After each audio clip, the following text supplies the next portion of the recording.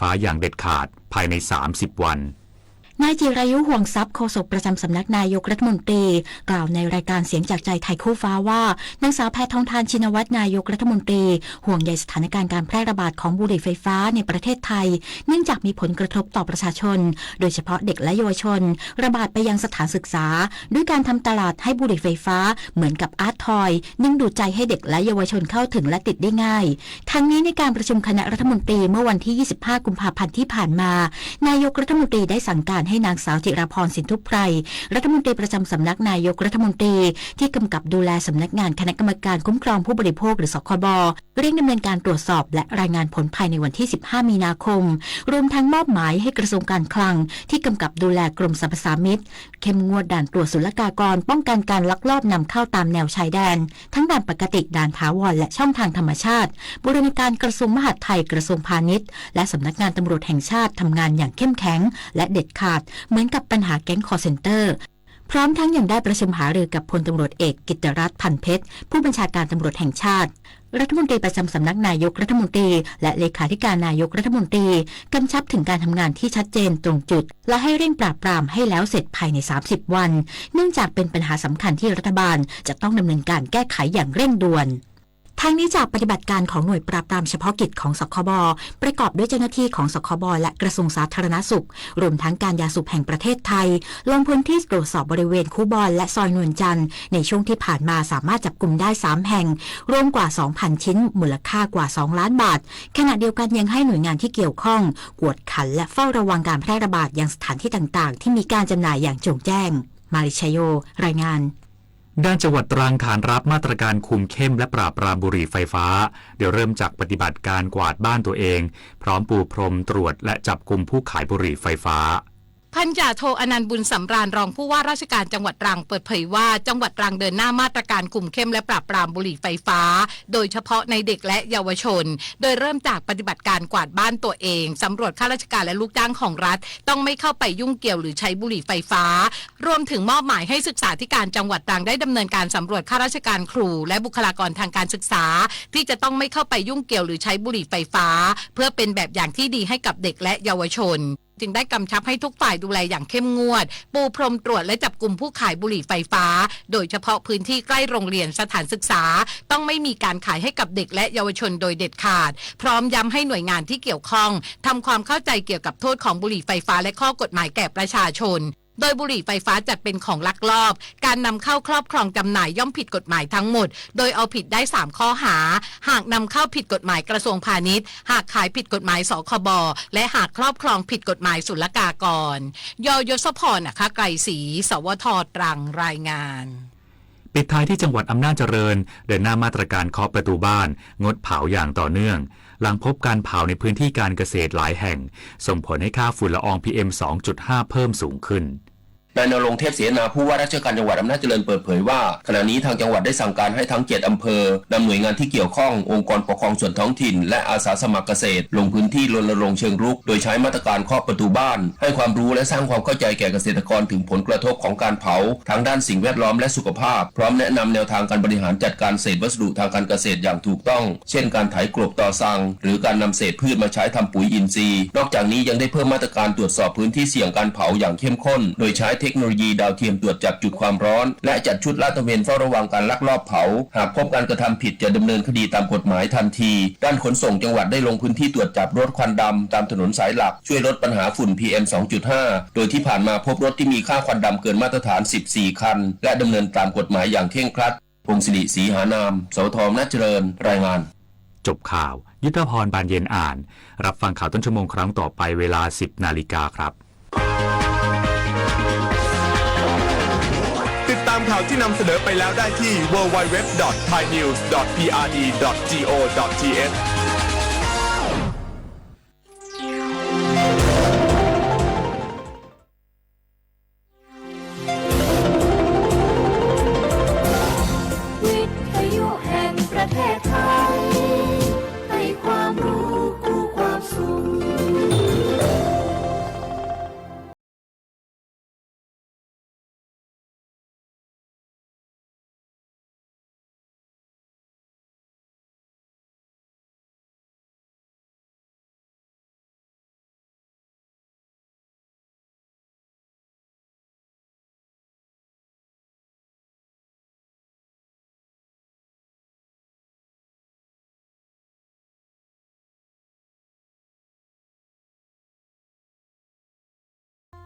นกกระดาษจากทั่วภูมิภาคที่คนไทยทุกคนช่วยกันพับขึ้นมาส่งไปแจกจ่ายให้กับพี่น้องชาวไทยใน3จังหวัดภาคใต้ย้อนกลับไปเมื่อปี 2547 รัฐบาลในสมัยนั้นมีแนวทางยุติความรุนแรงด้วยการเชิญชวนคนไทยทั่วประเทศพับนกกระดาษกว่า 62 ล้านตัวนำไปโปรยจากเครื่องบินสู่พื้นที่3จังหวัดชายแดนใต้เพื่อเป็นสัญลักษณ์ถึงการรวมพลังของคนทั้งประเทศที่ได้ส่งแรงใจให้กับคนในพื้นที่จังหวัดชายแดนภาคใต้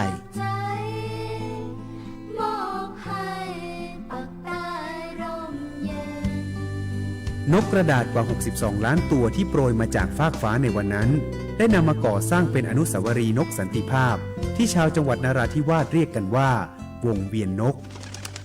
ผ่านมาแล้วกว่า 20 ปี อนุสาวรีย์นกสันติภาพยังคงตั้งตระหง่านและกลายเป็นสถานที่จุดเช็คอินของนักท่องเที่ยวแม้ว่านกสันติภาพตัวนี้จะไม่สามารถส่งเสียงได้แต่ก็คือสัญลักษณ์แห่งความหวังโดยหวังว่าวันหนึ่งบ้านเมืองจะกลับมาสงบสุขและมีรอยยิ้มอีกครั้งสันติสุขชายแดนใต้สร้างได้โดยสันติวิธีโครงการสร้างความเข้าใจและประสานความร่วมมือทั้งในและนอกจังหวัดชายแดนภาคใต้สำนักประชาสัมพันธ์เขต 3 กรมประชาสัมพันธ์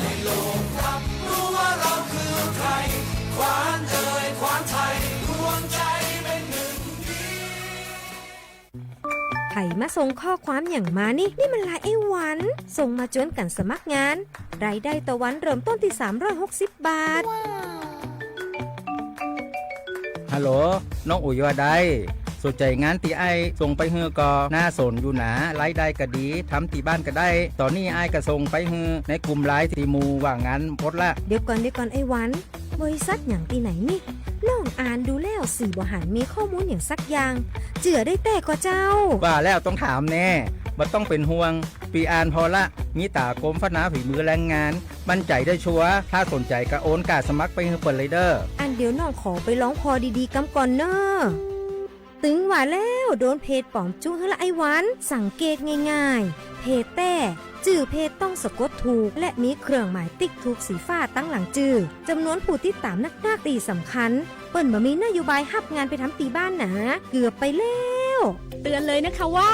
อย่าลงเชื่ออะไรง่ายๆและขอความร่วมมือไม่ส่งต่อหรือแชร์ข้อมูลต่อในช่องทางสื่อสังคมออนไลน์ต่างๆหากสงสัยติดต่อหน่วยงานนั้นโดยตรงมั่นใจปลอดภัยกว่าค่ะสักนิดคิดก่อนแชร์ปรารถนาดีจากสำนักประชาสัมพันธ์เขต 3 กรมประชาสัมพันธ์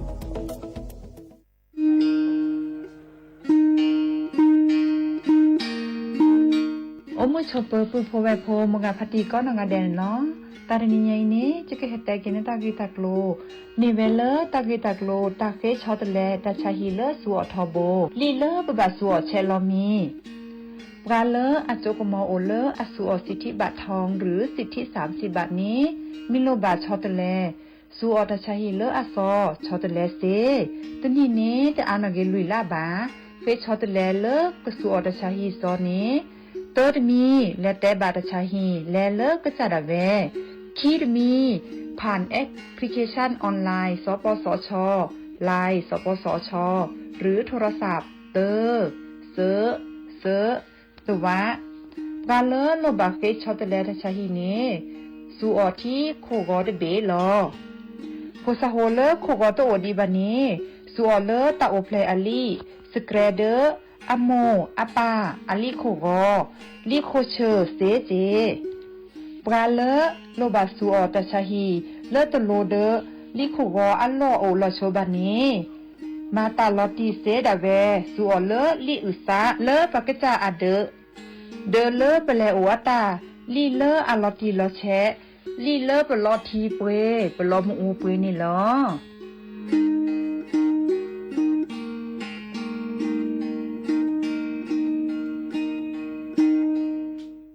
สปสช.ก็มาเกตอุจูเคลลปุษาจากทะเลอุเพลลอตุเลเซนีชอบวัคซีนวัณโรคตักอักเสบบีบัทยักคอติบไอกรนโปลิโอกนูปูลอลูไวรัสโรตาหัดเยอรมันเดบอแต่ดมือพันโดดอกนูปูลอเจอีมากกว่ากโดไทรอยโรค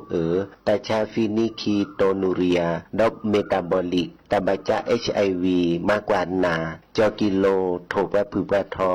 มากกว่าวัณโรคมากกว่ากบปูดอมแมเฮลอตสีตรอเชือ HIV ดอกแปเมคลีเมตเรบานี้มานิเวลเลมากกว่าล้อซีกว่าอาทรและสายด่วนสปสช1330สปสชเขต1เวกิแม0532855355สายด่วนกมทู1660แล้วสายด่วนสุขภาพจิต1323เลิกกับก็กระเดียก่อนนี่ล้อเวกีแม่เฮกันยับปือพบแวพก็ดีก็กาโอกต่อตาชูชุแกก็มีแดดีสอเลิกกับมาจากลอสก็เจอ PM 2.5 กลีสอก่อนเลิกกับบัตรที่บัตรโตบัตรปตากสุกษาตาชวดเลเนจัดทนเล่มมือนี้มือซอเตอร์มกราคมนี้คิกระทนแซกซาคุชิโกและติเล่มมือนี้มือซอเตชิแซพฤษภาคมนี้คิกระทนแซกซาคุชิโกตาการเล่นลมบาดชุกแกทอตาตันโลโอเลิกกับบัตรชุกแกทอตาซุปปาเตอร์เนชุลามีชุลาสาเคอแควเพลระบบไฟดีตากาตมาพอช่วยบัตรปลอดสัตดีสอเลเวกีแม่ก็จีนหย่อไว้ด่าบัตรบาเลิกก็บัตรเต้นอยู่แล้วขวบปูเมตมีบัตรตาอลเลาะบาก็คือเลเจตาบาเลิกคิมเมเซปอตากาเลโตก็มีอุปชาแกทอตลอดตัดเลเมตมีบาปลาเลิมากมุกมามตาเนแต่สิญญาณในเล็บเบอร์โทรศัพท์053-112-808เมตเมบะเตอร์ควีเตอร์แต่เชื่อก็ต่อคิชิลุยนารีอัตตปูเนนอสุขภาพก็แย่ตาม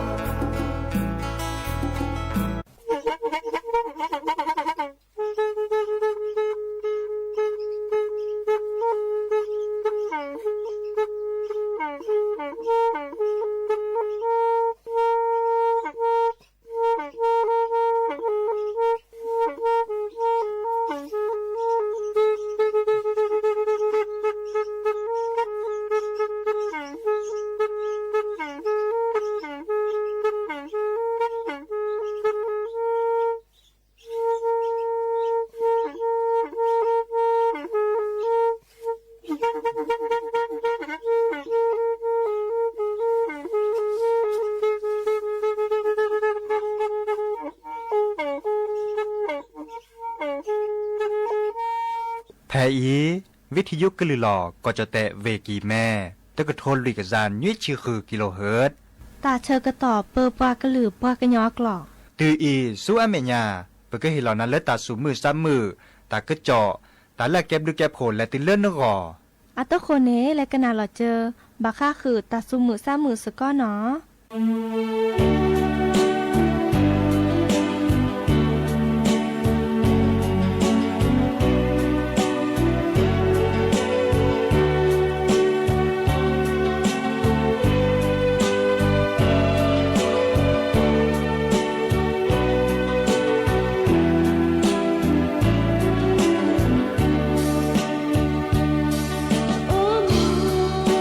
Bye.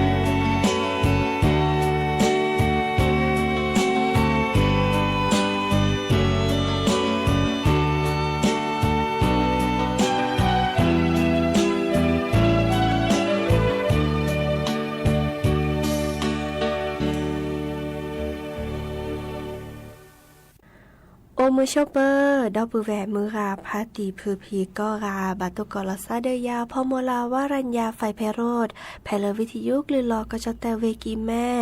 สวทเชียงใหม่ต่ออีนอกกันนาดอกปรากว่าดอกปราเซแพลวิทยุคลื่น AM ตะกะโทลุยกยานนุ้ยคือกิโลเฮิรตซ์วิทยุโคกที่วัดจันทร์ FM 103.50 เมกะเฮิรตซ์วิทยุพบาโค FM 104.25 เมกะเฮิรตซ์ออนไลน์ต่อคอลเลอร์แฟนเพจ Facebook สวทเชียงใหม่ AM 1476 KHZ เนาะโอแกสกอลซาตาชกตอคอควินารีและตือเลอร์อนาริตชีฮัลละคอปาคือนารีและตือเลอร์นุยนารีแม่เมตาชกตอไกอีเนสิตเนแฮตุลอคอเชอบุพวยโพซิโซโดวาเนาะมือจากคือออทอ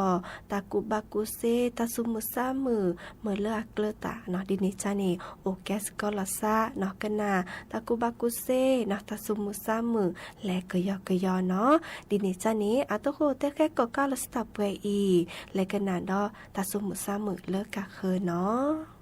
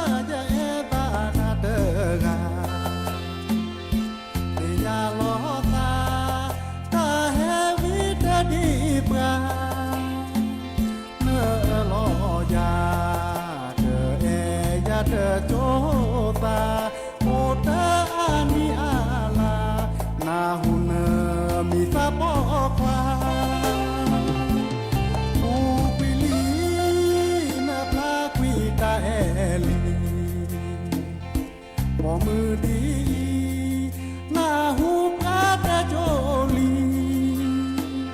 ถ้าโมเดอร์ดีโกโบโอก็เจอกีหน้าหูตาปลาแต่ลีมีแวญาทอบลีโกบลีกีเนลานานเกญาทอเตอร์เนลายาเมเวญาโพญาชาที่โดทีราเลเกตเตเตบาเมลานาเตกาที่โดทีราเลเตวาวาที่เตบลอเฮนาตาเชเดตอเกญอดีจอมือขาเตเวเตวาบูเดทอบาตูเกตาลอนปลาชอตาตูญอเดมือญาทอและแนเดทอ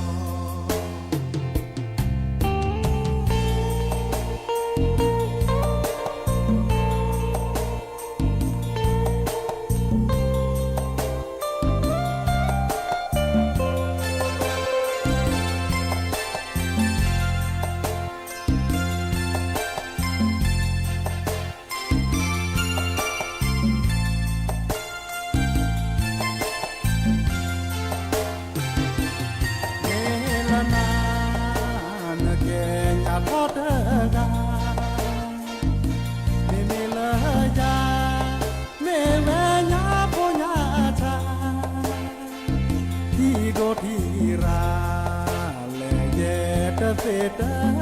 บาเนลานาเตกาที่โดทีราและเทวาวาที่ตะปลอเฮนาตาเชเกตอเกญอดีจอมือขาเตเวเตวาตาบูเดทอบาตูเกตาลอ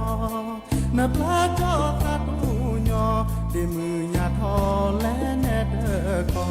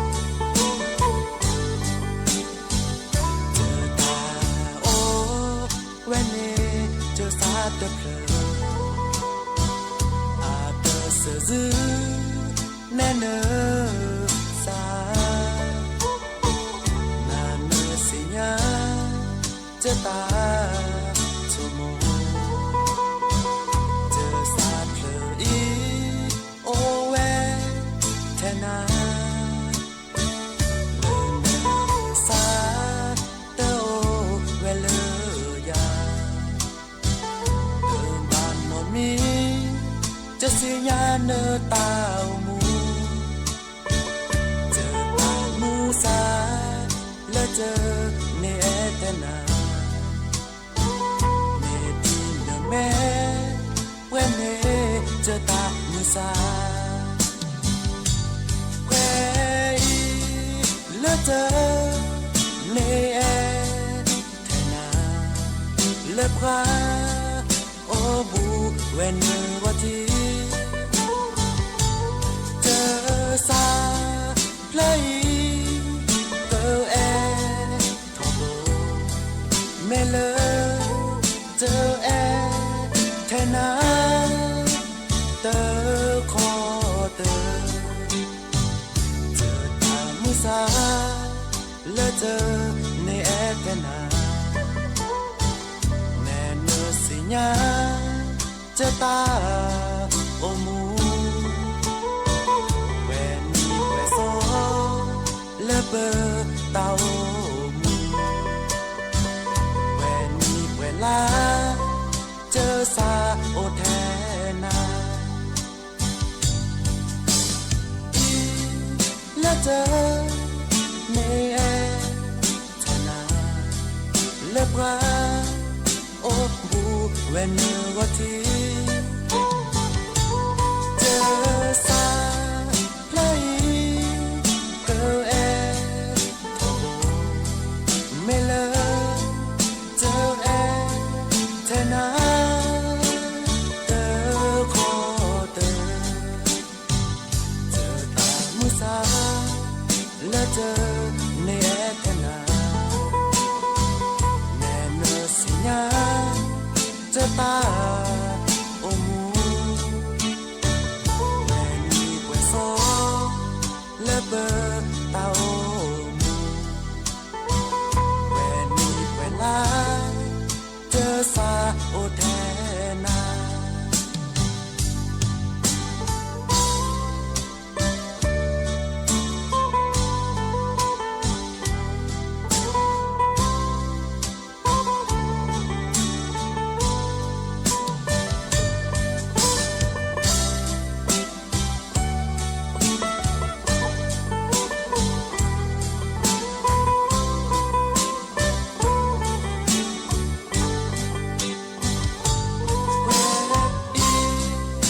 เจอ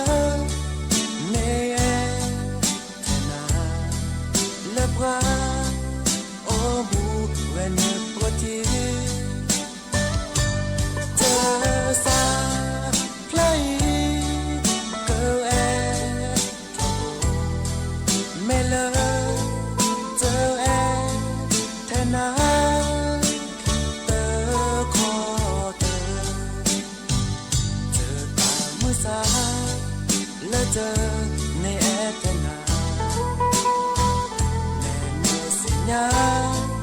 จะตาโอมูแวนนีเวโซและเบอร์เตามูแวนนีเวลาเจอซาโอแทนา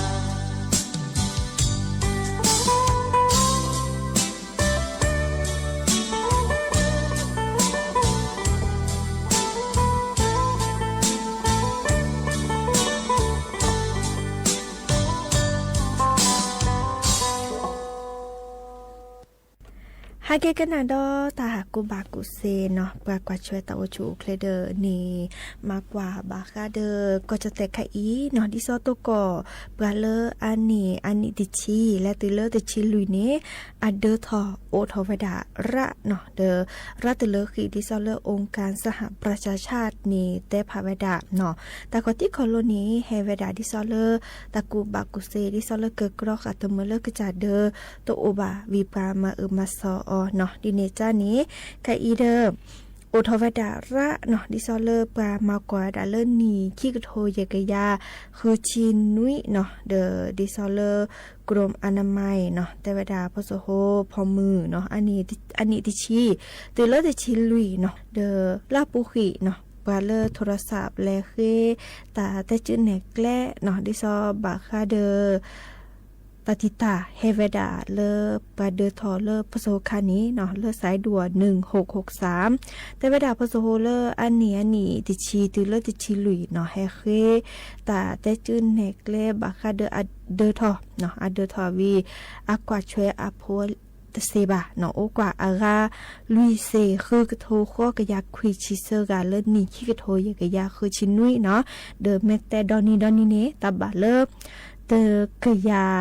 ขี้ชีโคกะตเนียรอเนาะเลนี่ขี้กระโทยกะยาคือจิคือเดโอดาลุยเซลุยกระโทยกะยานุยชีลุยกาเนาะแต่เขาที่คอโลเลโดทอมเล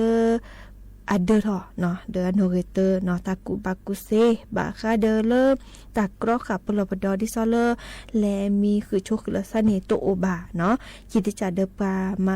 มาซอเนาะมานิชูอเนาะดิเนจานี้เนาะตาเลไคอีตาโตโกเนาะเลอัปเปอร์ทอปก็ได้เลตาติตาเนาะอาริเกเดมดิซอปเตกันนานี่เนาะโอเวดาคีจาดิเนจาเดเรก็ตื่นเนาะบากว่าช่วยเนโพนลีเรแต่จุนเนกเลกอตบาแมโคแมชกาวาดิซอตามีคือโชคุลาซานีเรก็ตื่นเนาะบาแต่จุนเนกเลบาแต่สุแต่ซอเลอักเรตาเนาะเลกนี่ปลอบดอตเมเลโดทอดิซอเลอัดเดอทอเนาะวีก็ดอกว่าช่วยเกอโพลิตเซบาเนาะดิเนจานี้อีคานี่แกตาเลิกกว่ามากกว่าเนาะเลิกกว่าแกตาว่ากว่าช่วยตาอุชูอุเคลแฮได้ปรับพลาวดาเนาะอาแกตาเลมือเลือกว่าแฮกรอกอัปลอบดอสกอเจอลอซาเนาะโอเวดับเรอีตับลือ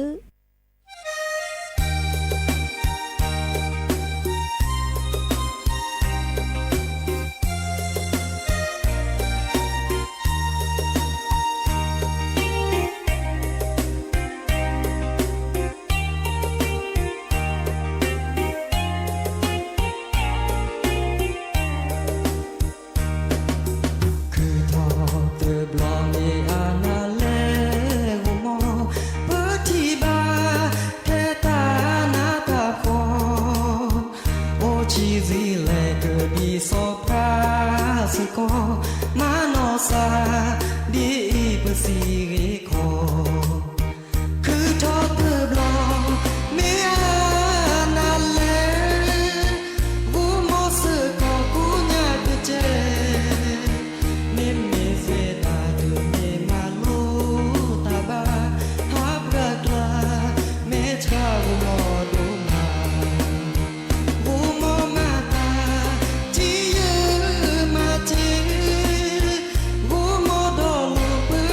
không bỏ lỡ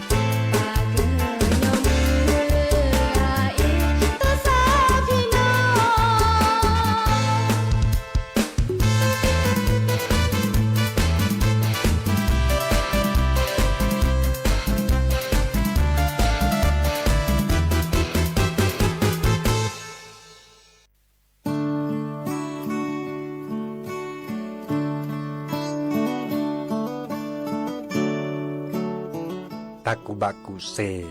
บาคาคือเลือเตาชัวเคลตาเปิลหล่อบาคาคือเลือตาชาดิโซลาบาจาหลอซาเซเมเวดาเลอเปโจจือเนก็บากว่าแชเนเดอร์นั่นหล่อตลอดตัดและเนเดอร์โคเดอร์เคอทีโอทอกาและตาปิลิโปโลอาปูอเมโอเนก็บามากระแชกระชอเหลือขี้ทีละโอทอกาและตาปิลิโปโลอาปูเนก็ต่อแต่เลอสบิอาปูลอกเคาะอาปูกะละมังอาปูตาปูดมีเกดจากเกลเที่ยวทอขาเนอาแกตลอดตัดเลเลเปโจและดิลอเวดาอาโพกะคือทอเวดาเคลโดมาดินาโคเนก็บามากระแชกระชอซื้อจะเห็นเมื่อเที่ยวทอขาบา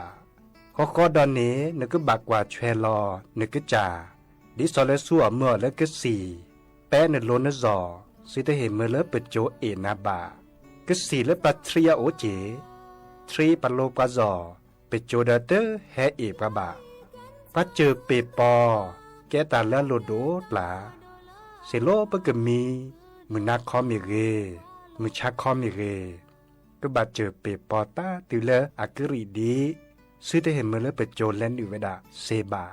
อียาแกตาปลอปดอบาคาคือเลเปโจจืหนอ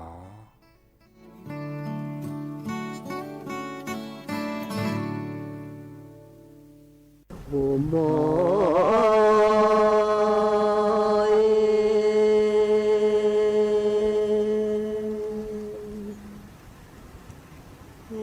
สิขีปลือโจ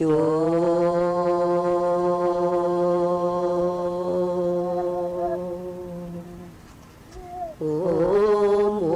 ขีโต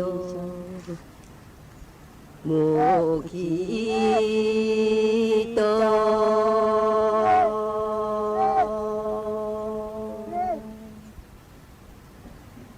คือขีโลดว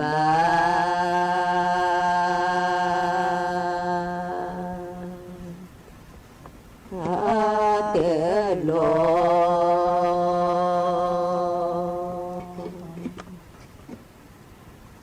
สิขี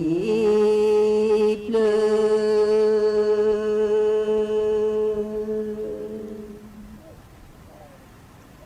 สิขีโจ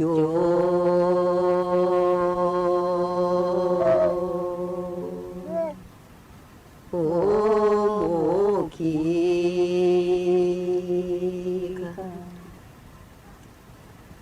โอขีคา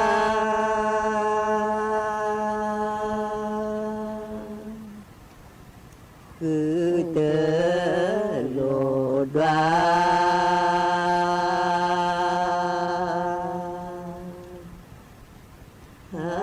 เตโล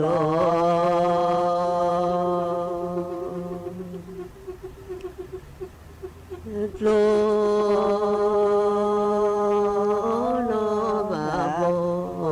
ชีวาจากุเกมุตาเวเล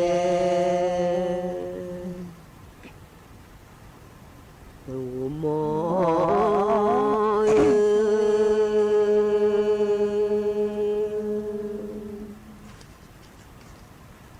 ทอเลกเน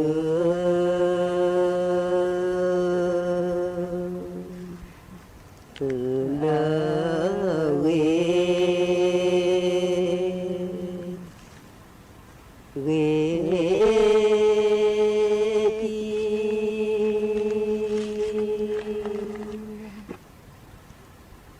โลตาดูเด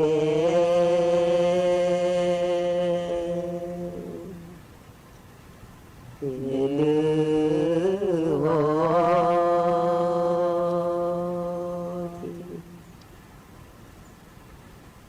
โม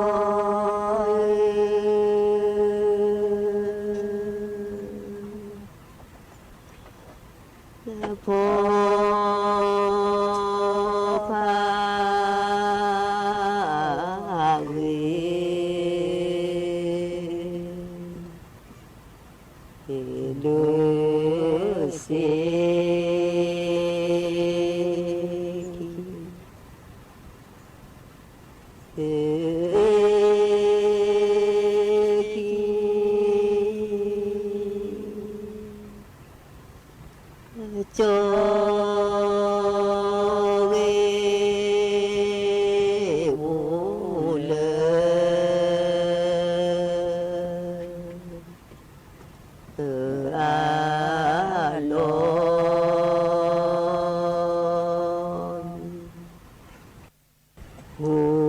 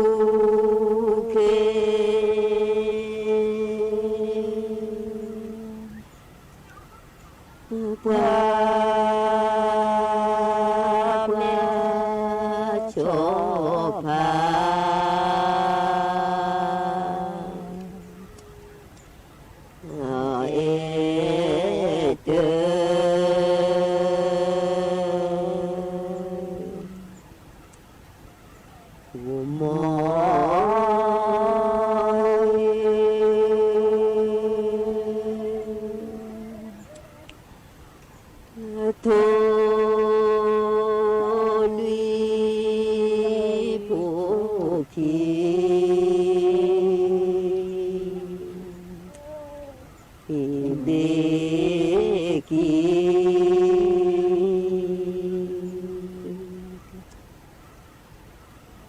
กี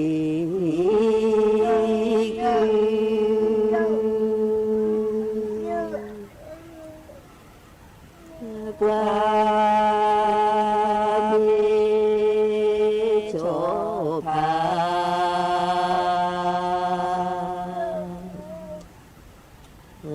ก็เสือ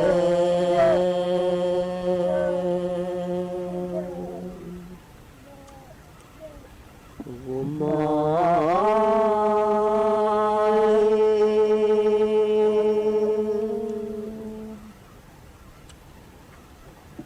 และเมต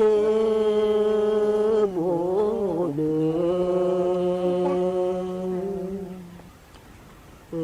ญาเต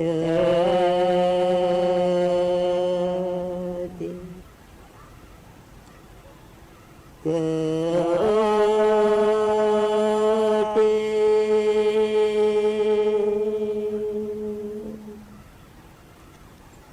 โอนาโจ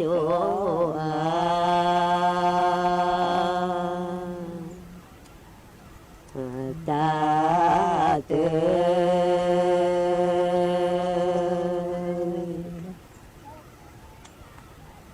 อุโม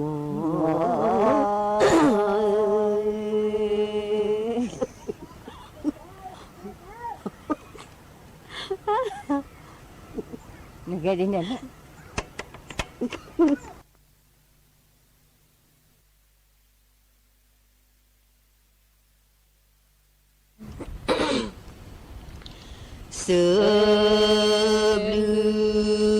Sebelum desir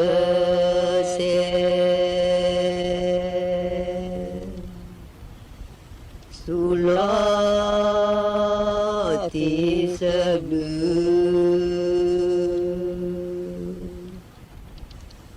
desir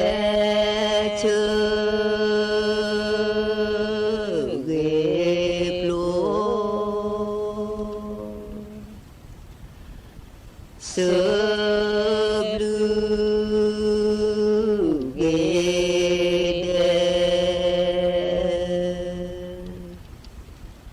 Cerit lo sebelum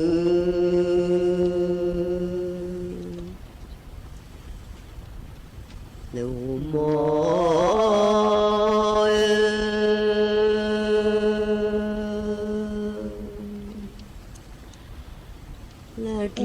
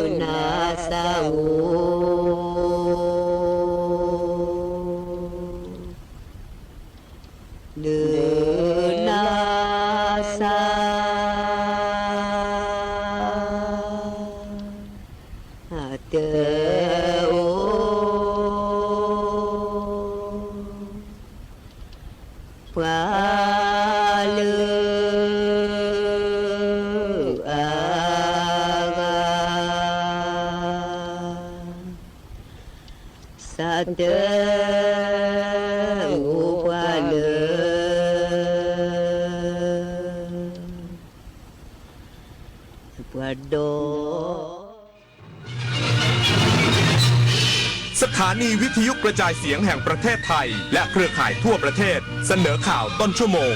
รู้เร็วรู้จริงเกาะติดทุกสถานการณ์